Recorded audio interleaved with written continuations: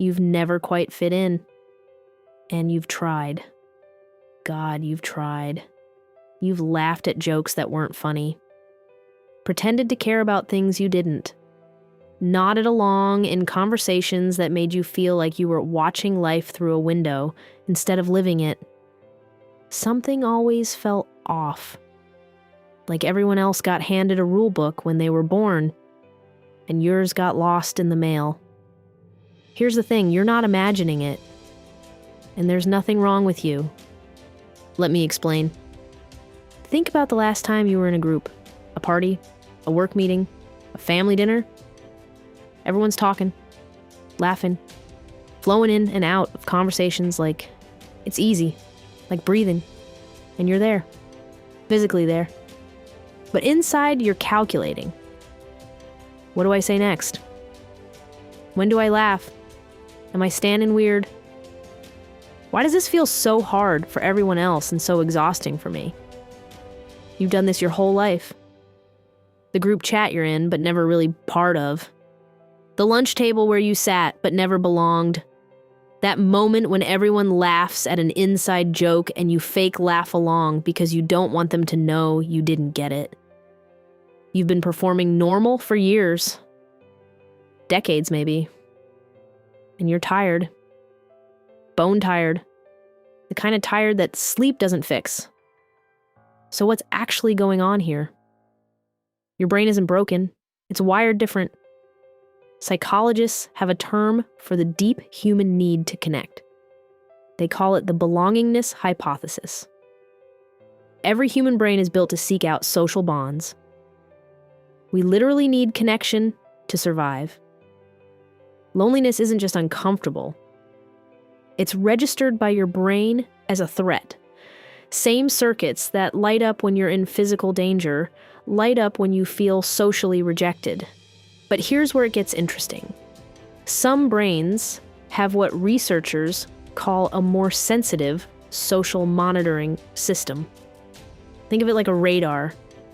Most people's radar pings when there's obvious rejection. Someone ignores them, leaves them out, says something cruel. Your radar pings at everything. The slight pause before someone responds to your text.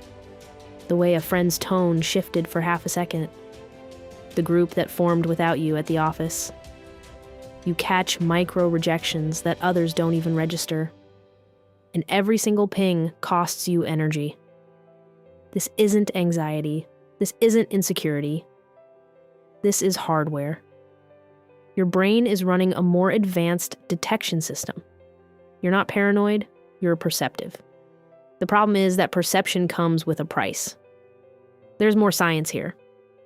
Researchers studying highly sensitive people found differences in how their brains process social information. Increased activity in the insula. That's the part of your brain that integrates body sensations with emotions. When you walk into a room and immediately feel the tension nobody's talking about, that's your insula, working overtime. They also found differences in mirror neuron activity. Mirror neurons fire when you watch someone else experience something. Most people's mirror neurons give them a general sense of what others feel. Yours give you a full download.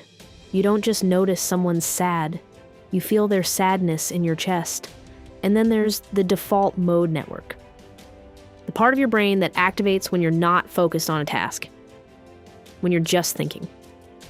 Reflecting. Ruminating. In highly sensitive people, this network is more active. Which means you spend more time processing. Replaying. Analyzing. This is why a 2-hour social event can leave you drained for 2 days. You're not weak. You're doing more work than everyone else in the room and nobody can see it. But here's where most people get it wrong. They hear all this and think, okay, so I'm broken. I have a disorder. Something's wrong with me and I need to fix it. No, you're not running faulty software. You're running different software. And that difference isn't a bug. It's a feature. Think about it. Outsiders see what groups miss. When everyone's nodding along, you're the one noticing the flaw in the plan. When everyone's trusting the charming stranger, you're the one picking up on the micro expressions that say something's off. Outsiders ask questions nobody thought to ask because you've never been on the inside. You've never absorbed the assumptions that come with it. You see the water the fish are swimming in because you've never been fully submerged. History's most creative minds were outsiders. Einstein didn't fit in. Neither did Darwin, or Curie, or Tesla. They weren't part of the group, and that's exactly why they could see what the group couldn't. You've spent your life feeling like something's wrong with you because you don't fit the mold. But the mold wasn't built for people like you.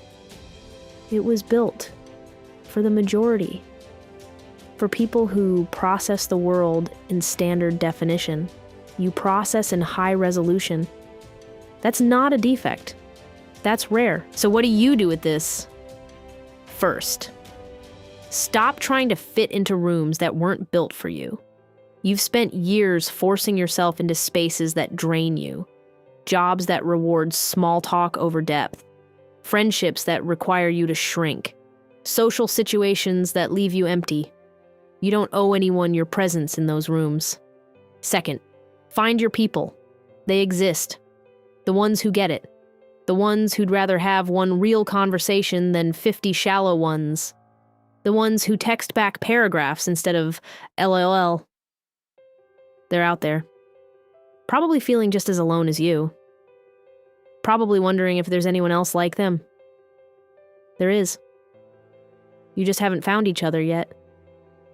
Third, stop apologizing for how you're built. You don't need to explain why you left the party early. You don't need to justify why you need time alone. You don't need to pretend you're having fun when you're not. The right people will understand without you having to explain. The wrong people won't understand no matter how much you explain. Save your energy. Fourth, build your own table. You've spent your life trying to get invited to tables that were never meant for you. Maybe it's time to stop waiting for an invitation. Build your own table. Fill it with the people who actually see you. Let it be small. Let it be weird. Let it be real. The world is loud. It rewards the loudest voices, the fastest talkers, the people who can work a room and make everyone like them in 30 seconds. That's not you. It was never going to be you. But here's what the world forgets. The loud rooms need quiet observers. The fast talkers need deep thinkers. The groups need outsiders to see what they're missing. You're not broken. You're necessary. The next time you're at a party feeling like you don't belong, remember, you were never supposed to belong everywhere. That was never the goal. The goal is to belong somewhere with people who don't make you perform, who don't make you shrink, who see the full resolution version of you and aren't overwhelmed by it. Those people exist. And when you find them, you'll realize something. You were never an outsider. You were just in the wrong rooms.